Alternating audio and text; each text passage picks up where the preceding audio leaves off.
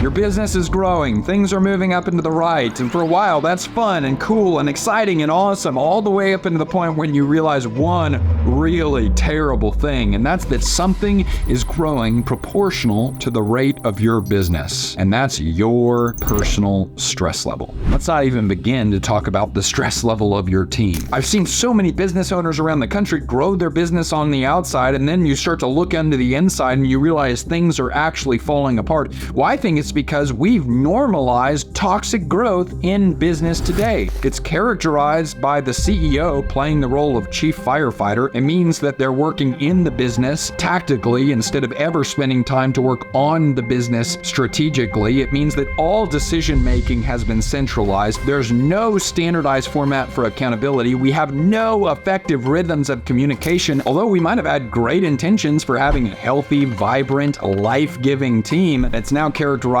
by backbiting, infighting, gossip, and turf wars. That's what toxic growth looks like.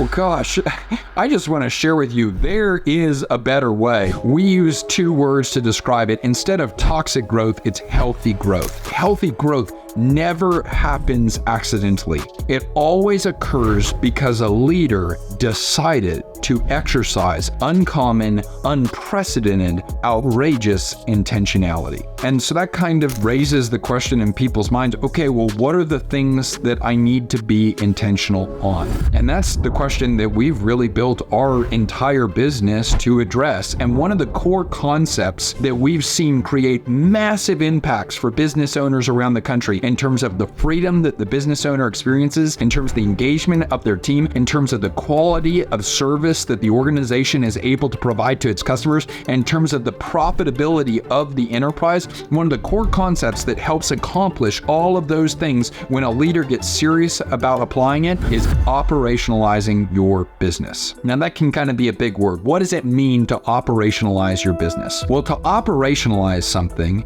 is a process for making excellence in that area predictable and repeatable instead of haphazard and accidental. Here's what this looks like. So often when we coincide with businesses that are growing, they're making sales, they're creating and delivering value, they've figured out a way to serve their customer really well and serve the marketplace really well, and they even go above and beyond in surprising and delighting the marketplace and surprising and delighting their customers, and those are all really good things. But if you lift up the hood and you say, how are you actually doing this? And what's happening there is that all of those excellent results, in some way, they're happening on accident because we have no clue how to reproduce them. And what I would tell you is that that's not a bad place to be, it's just a really bad place to stay, because professional businesses, scalable businesses, start to look at those excellent results and they start to say, how do we create systems, processes, and structure so that we can make these things predictable instead of haphazard, so that we can make these things repeatable instead of accidental. That's what it means to operationalize. And whenever we teach operationalizing to business owners and their teams, we always focus on applying the concept to three critical areas. Number one, roles. It's so crucial that people know the seat on the bus that they're sitting in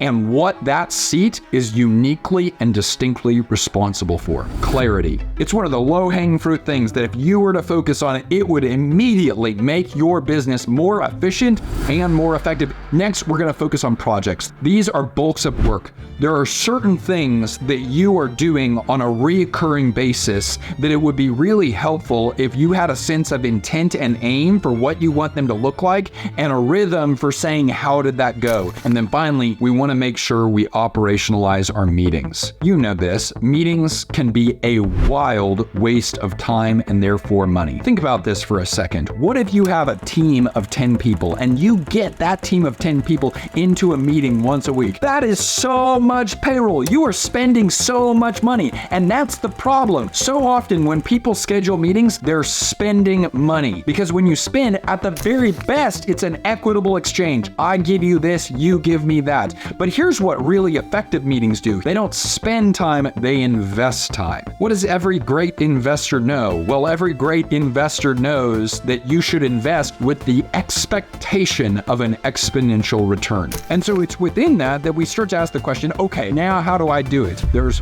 4 steps to operationalizing an essential function of your business. Step 1, standardize. How do standards come together practically for our roles, our projects, or our meetings? Well, the tool that we use in our company and the tool that we teach companies around the country is a tool called success statements. For every role, project, and meeting in your business, we recommend writing 3 to 5 statements that answer the question, what does winning look like? Bad leaders delegate tasks. Great leaders delegate outcomes. Instead of telling the janitorial staff, sweep the floors, what would it look like for you to establish that the standard is clean floors? Because if you spend your time giving people a clear vision and a clear image of the what and the why, you're now relying on the creativity and you're saying you're closest to the work, so you figure out the best possible how. I once had someone tell me, unspoken expectations are front-loaded resentment. That quote blew my mind, right? But it's something that I so often practice if I'm not careful and intentional, right? I have expectations in my head, and that's not a problem. The problem is that those expectations stay in my head. But it's been one of the most transformational things in my leadership growth journey that we now teach to other people is here's what it looks like to standardize. Here's what it looks like to proactively and intentionally communicate a vision and expectations for what winning looks like. And that brings us to step 2, to document. The benchmarks for success and the proven process for achieving them are documented in a manner that is clear and accessible. So often it's like, man, I know what I want to happen, and I even know how it should happen and the steps that people can take to achieve those results. But if I ask you, where's that written down? Leaders are like, well, we didn't write it down. We didn't have time to write it down. When you challenge yourself to really communicate, hey, I've got these expectations. Now we're going to put them on paper in a manner that is clear and accessible so that other people can access them. Oh my gosh, that is true leadership. That's what it means to work on the business and not in the business, because you are paving the way for other people to be successful. We need to define what the way you do it looks like. We need to clarify what success is, but then you serve your team whenever you take the time to ask the question, what is my proven process? What is a proven process? It's the best practice that we currently know of for achieving the desired results. What we're doing here is we're clearing obstacles and we're removing distractions to say, these are the steps that I take and these are the things that I focus on. You need to spend some time really examining what are the steps that I'm taking. Success leaves clues. However, oftentimes you're so in the work that you can't see those patterns. And so what would really be helpful is for you to have someone that's really intentional and really deliberate and that understands this idea of operationalizing to come out and watch you pour concrete and to really write down, okay, when he mixed the concrete, he did these things. When he talked to the customer, he did these things. And these are the questions he asked. And maybe watch you do it 10 times, isolate all the patterns, write them down, because oftentimes other people can see your proven process before you do. If you can figure out how to identify the patterns, then you can start to develop a process, and a process is what can be trained. Now, the question always comes up, okay, well, how do you store your success statements and your proven processes? I love Trainual. I know the team at Trainual, and they do incredible work and are really building a platform that is designed to help business owners operationalize their business. Asana is also a really effective platform for being able to document and iterate success statements and proven processes. And then we also have a lot of customers that leverage and love Monday.com. Regardless of what platform you use, just make sure you have a platform, make sure your team knows how to use that platform, and apply yourself to the discipline of documenting standards and proven processes. That brings us to step 3, evaluate. The evaluate step means that there is an established system for evaluating performance as it relates to the standard. Think about the standardize step for a second. In many ways, that relates directly to Stephen Covey's idea of start with the end in mind. We're going to clarify the outcomes that we want to achieve, because that means we're going to be able to operate and lead with intentionality. So often we start with the end in mind, but we don't end with the end in mind. We say, here's what we want to do, and then we go out and do it. And we never ask the question, how did we do compared to what we said we were going to do? And I think so many businesses and so many leaders and so many teams leave so much opportunity on the table because they simply don't have a rhythm for asking, how did that go?